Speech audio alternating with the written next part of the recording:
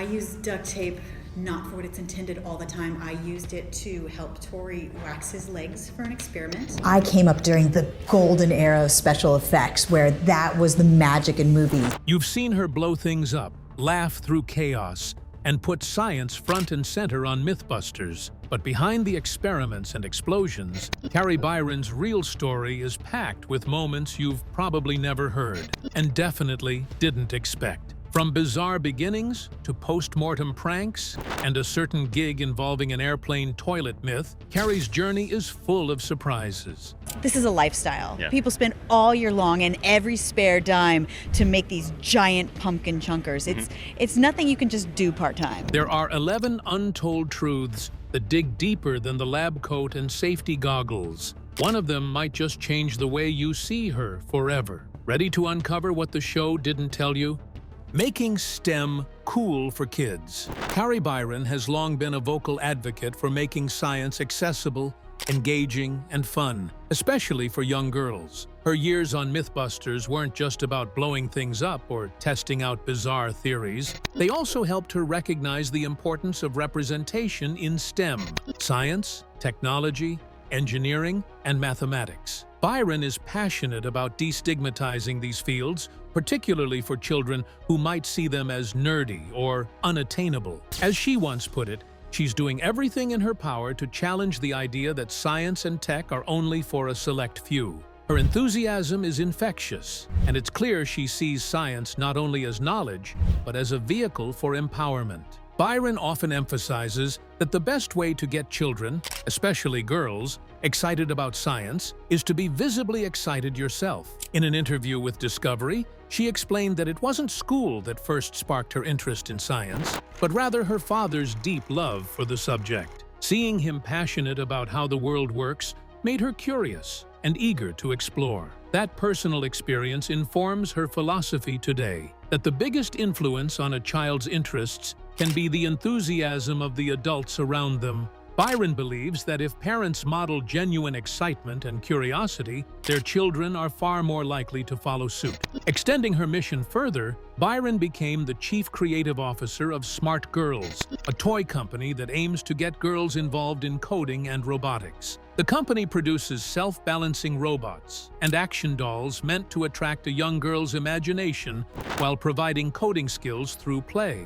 These toys, according to the company's website, are designed to engage and encourage girls to learn to code in a way that feels fun and relatable. Byron's work at Smart Girls also suggests that she believes that science instruction does not have to be structured or serious. Instead, it can be interactive, story-centered, with tons of creativity thrown in. Right from the heart of Byron's advocacy lies her quest to break stereotypes and reconstruct narratives about girls and the STEM fields. She states, "Girls can't code. What the? I'm Kari Byron from MythBusters, and this is total crap." Her desire to refashion perceptions, instill confidence, and spark interest in science makes her a role model, both in and out of the laboratory. If you think STEM toys are wild, just wait till you hear what launched her career: the $100 butt scan debut.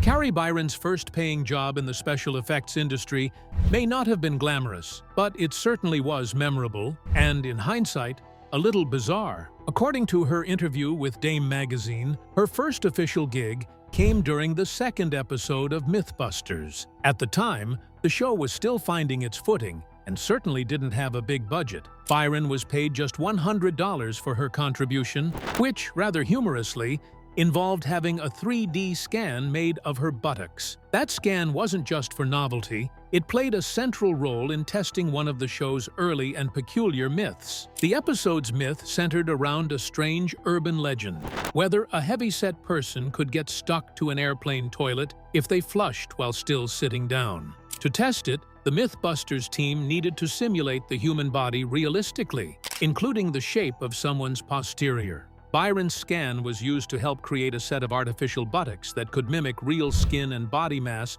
in the test environment. As odd as the task may have seemed, it served a scientific purpose, as many things on MythBusters often did, even when wrapped in humor and absurdity. Byron says she knew little about how massive MythBusters would eventually become, or how far her name would be stamped on it. In fact, she was unaware that this super weird first job would follow her for years. I definitely had no idea that that would be the first thing that comes up when you Google my name, she said to Dame. An awkward surprise in her career, this one should certainly signal the unpredictable and often side-splitting life of science-based television. Still, she took it in stride, knowing that being different is part of the job description when it comes to special effects and TV production. Certainly, Kari Byron has always celebrated all opportunities with humor and professionalism, no matter how small or odd. The $100 butt scan, probably the first paycheck received,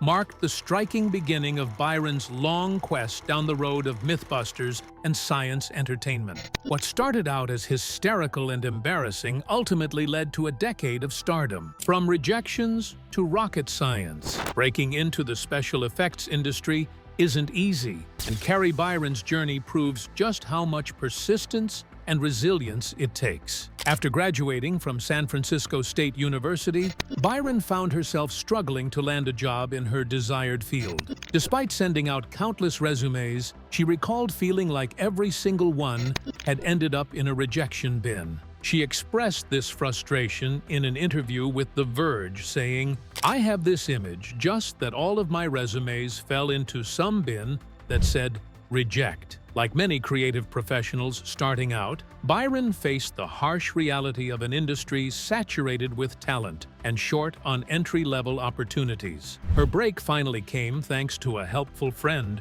who encouraged her to visit M5 Industries, a special effects company owned by Jamie Hyneman.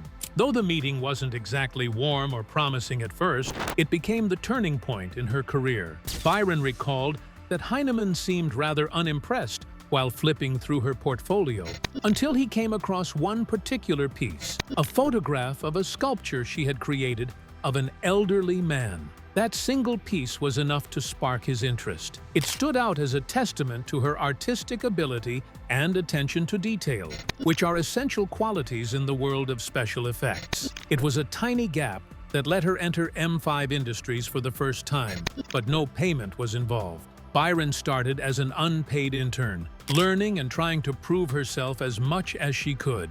Hard work at M5 during the day, when she supported herself with another job at night, made it a pretty hard schedule. Still, she did it because she loved it and wanted to break into the field. Everybody loves an intern. They work hard, they're trying to prove themselves, and they are cheap or free, she put it. That work ethic, plus her creativity, made her stand out in a workplace full of technical experts. Kari Byron was that intern across the USA who captured the heart of a nation through the show MythBusters. The story of how Byron came to break into the biz has become a standard entry in the canon on determination meeting opportunity. Willing to show up, learn more, and do it all for free when necessary. Kari created the foundation for what would soon be one of those career turns most unexpected and ever so well documented as the legendary breakthrough into the land of MythBusters. Kari's unlikely leap to fame.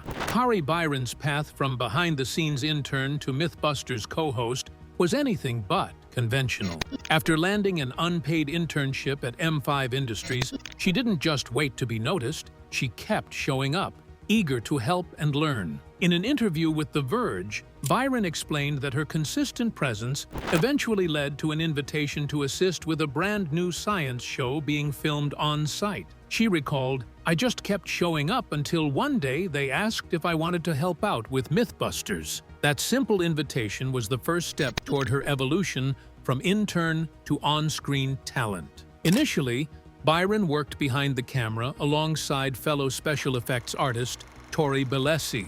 The two were part of the support team, building props and testing setups for various myths. Neither had any idea at the time that they would soon be stepping into the spotlight. As production ramped up, the show's creators began to worry that Adam Savage and Jamie Hyneman wouldn't be able to handle the increasing volume of experiments and content on their own. The workload was growing, and the need for additional on-screen help became apparent. Soon, Byron, Belleci, and another member of the crew, Scotty Chapman, were met with an unexpected message. In Byron's words, the producers essentially said, "Okay, you are hosts now. Go ahead." There was little fanfare or formal training embracing an abrupt induction into the world of televised science and myth-busting. They became known as the Build Team in this capacity. They myth-busted independently from the main hosts. Their good work brought fresh energy into the show and encouraged it to be more creative, allowing for more experimentation and time on screen for the beloved myths. To Byron, being a mythbuster was not part of some big career blueprint, but happened through sheer love of action, hands-on skills, and taking advantage of unexpected opportunities. From mere unpaid beginnings behind the scenes, that would become a big on-screen role that would carry her career with it. She winged it along with Belleci and Chapman to widen the scope and appeal of MythBusters, eventually becoming one of the television faces of science most recognized worldwide. Her journey from intern to host is one of perseverance, flexibility, and being ready when opportunity knocks. The spiciest camping trip ever. Being a MythBusters co-host means dealing with a lot of unusual props and experiments, and sometimes those strange remnants from the show find their way into everyday life. For Kari Byron, one of those carryovers led to a particularly unforgettable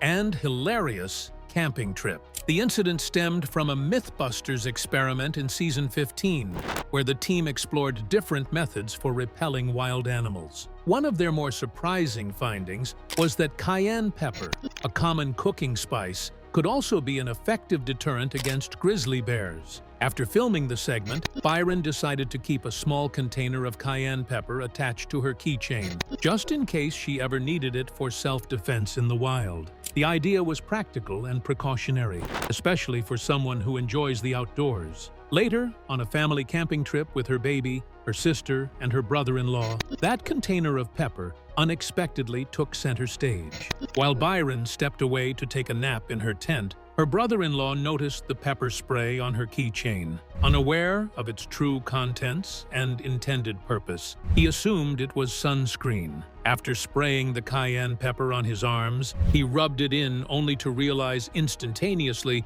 that something was terribly wrong. The burning sensation sent him into a frenzy, and chaos erupted. He later tweeted at length, calling it the best camping trip ever, in what was obviously painful for his brother-in-law, but certainly gave everyone a classic example of how unpredictable life can be while working on a show that involves a lot of bizarre props and unorthodox scientific experiments. The bear mace incident pinpoints the exquisite intersection of work and life for Kari Byron. Living in lab experiments and oddball inventions, it is almost expected that some oddities from the workday come home. Mishaps or not, Byron always keeps her distinct humor, applicable even to sharing an accidentally pepper spray story. In view of this pepper spray story, it's a reminder of the MythBuster disclaimer: do not try anything that you see at home.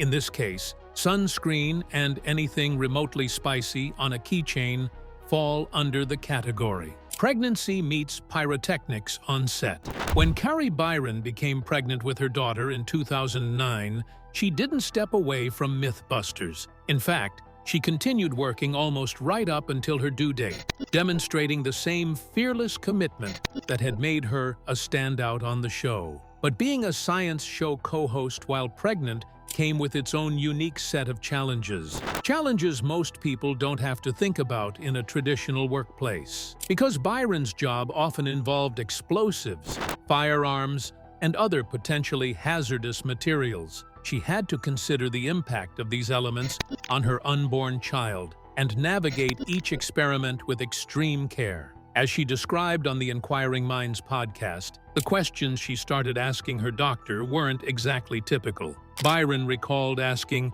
"All right, so when do I have to stop shooting guns because she has ears?" That seemingly strange inquiry was quite serious. Her doctor, however, had no immediate answers. Byron's career posed risks that fell well outside the norm, so her doctor had to do some extra research just to provide safe guidelines. These kinds of questions extended beyond gunfire. Byron also needed to know how close she could safely be to a C4 explosion, a very real consideration when your job involves frequent demolition tests. Byron eventually and finally did get an answer from her doctor. For example, she learned that the baby developed an ear 5 months after conception. The learned fact was the change from myth to reality, and that was the turning point where she stopped living myths related to firearms and took additional precautions in other experiments. From then on, she stayed behind safety glass when necessary and carefully evaluated every scenario before participating.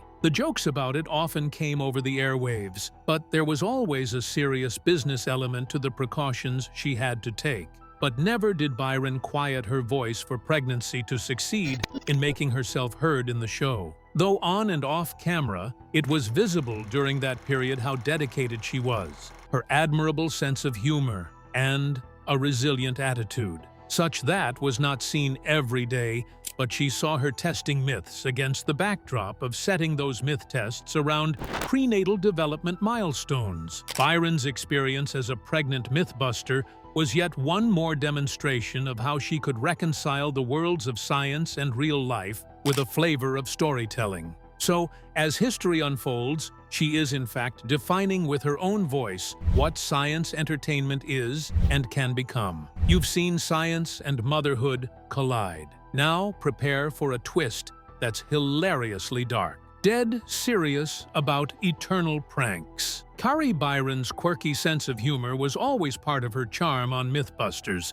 and fans quickly picked up on her playful nature. But what many may not know is that she has a deep, long-standing love of pranks, and not the simple whoopee cushion kind. As she revealed in an interview with The Verge, Byron's approach to pranking goes far beyond the everyday. She's so committed to the idea of mischief that she's even thought about how to prank people from beyond the grave. Her plan? To have friends in the special effects industry reanimate her body after death so she can give people one final scare. According to Byron, her ideal post-mortem gag would involve jumping up from behind a gravestone and yelling, "Gotcha!" a surprise that would surely leave an impression on anyone visiting her grave. It's a bizarre and darkly funny idea, but one that's perfectly in line with her offbeat creativity and theatrical flair. She described it as her wish to prank people for the rest of eternity, blending her passion for special effects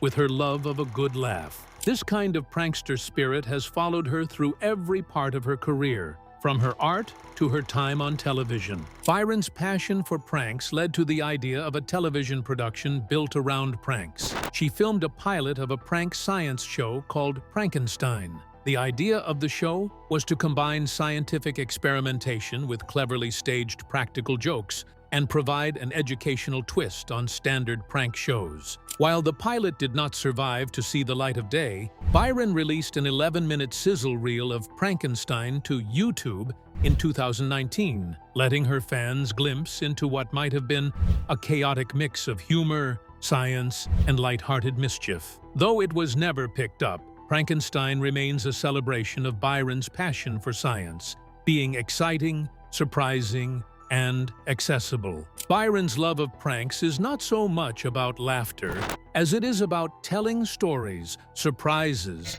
and the joy of unexpected moments. From hiding behind gravestones to elaborate TV pranks, Kari Byron proves that a little prized mischief, especially when done for fun, can work wonders for science. Twitter anxieties. Despite her reputation as a forward-thinking science communicator, Kari Byron didn't immediately embrace the digital age, especially when it came to social media. In a 2011 article for Wired, she opened up about her reluctance to join online platforms like Twitter, Facebook, and even early social networking sites such as Friendster. While much of her professional life revolved around innovation and technology, Byron admitted she had an aversion to this hyper-connected culture. In fact, during the rise of the internet era, she actively distanced herself from Silicon Valley, choosing instead to go backpacking rather than dive into the digital wave that was overtaking her hometown. When she returned from her travels,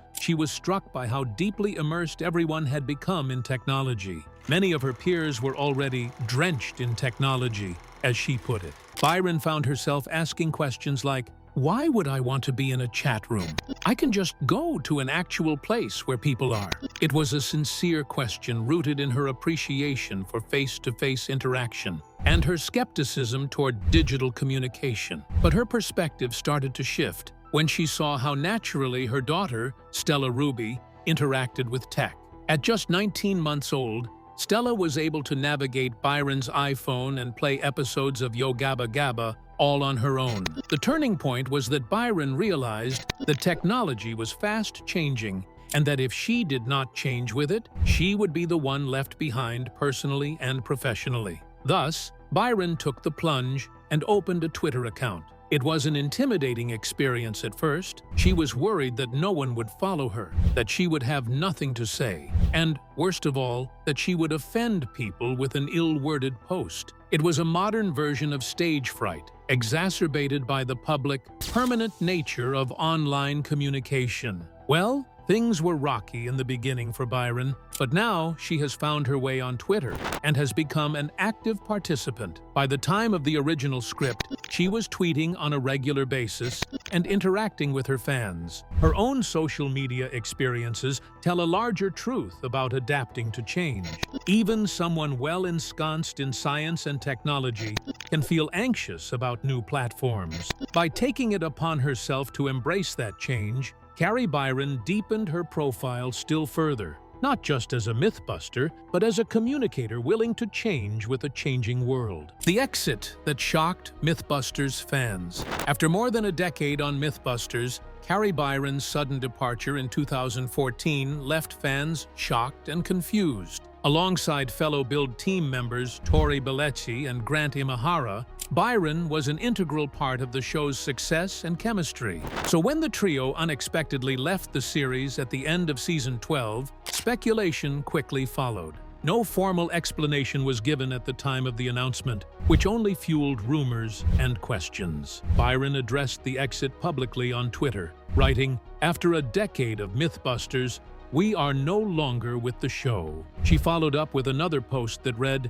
"The show is taking a new direction. It was an amazing run. I learned so much about myself and the world." Despite the vague public statements, several media outlets began digging into the circumstances surrounding the Build team's departure. According to Business Insider, the team was essentially fired from the show. While this claim was never directly confirmed by the hosts, it lined up with what executive producer Dan Tapster told Entertainment Weekly. Tapster explained that the network wanted to take the show in a different direction and had initially hoped the Build team would continue, but ultimately, negotiations fell through. Whether it was about creative control, contract terms, or something else entirely, the exact reason remains officially unclear. One of the more popular theories regarding the split is that it had to do with a salary dispute. As the show grew, not just its popularity but also its budget and visible cash on the cast, differences in pay expectations may have developed for the Build team and the producers. Although the reasons remained a mystery to the public, the overanalyzing act stood fans apart from the lack of acrimony among cast members. Adam Savage expressed sorrow over their departure and referred to Byron, Belleci, and Imahara as dear friends. This feeling was reciprocal, with the Build team keeping a positive tone in interviews and public comments, never saying a negative word about the show or its creators, as they were truly absent from being spiteful. Viewers were ecstatic when they learned that all three would reunite for a special MythBusters reunion episode in 2016. This hilarious segment was filled with nostalgia, as the co-hosts mused about such fun times as poop methane extractions and explosive goofs. Kari Byron's leaving may have been enshrouded in mystery, But one thing is certain, her legacy is still very much alive at MythBusters, and her connections with the team will continue long after their years on screen together. Painting with gunpowder and grit. While most people recognize Kari Byron as a TV personality and science communicator, fewer know about her background and passion for visual art. Before and alongside her television career, Byron has been a committed artist, incorporating her love for sculpture, painting, and creative expression into her personal and professional life. Her time on MythBusters even influenced her materials and techniques, a clear example of how her artistic and scientific interests often overlap. According to an interview with The Verge, Byron stores her art supplies in a vintage ammo canister, an unusual but fitting choice for someone so closely tied to explosions and experimentation. One of the most fascinating aspects of Byron's artwork is her use of controlled explosives. She creates paintings using materials like clay and gunpowder, a process that mirrors the high-impact visuals of MythBusters. These aren't lighthearted or whimsical pieces either. Despite her often bubbly on-screen persona, Byron's art tends to have a darker edge. Many of her pieces feature skeletons, skulls, and other macabre imagery, showing a deeper, more introspective side of her creativity. Her gunpowder paintings are not only visually striking, but also conceptually rich, blending destruction and creation in a way that mirrors the experimental ethos of science itself. Creativity does not end with the canvas. Byron also applies her art to clever, imaginative forms of parenthood. An especially funny example involves sculpting small creatures she called booger monsters, which she created so that her daughter, Stella Ruby, would stop picking her nose. Byron told her daughter that these tiny monsters would crawl into her brain when they did not get enough to eat, and that they were tiny monsters who came to eat boogers. It was whimsical and slightly scary, a story meant not only to amuse, but also to teach. It is a good example of Byron applying her storytelling and creative instincts to her normal routine. Ultimately, Kari Byron reveals yet another facet of her artistic ventures, a facet that interweaves science and creativity with parenting to make it something truly her own.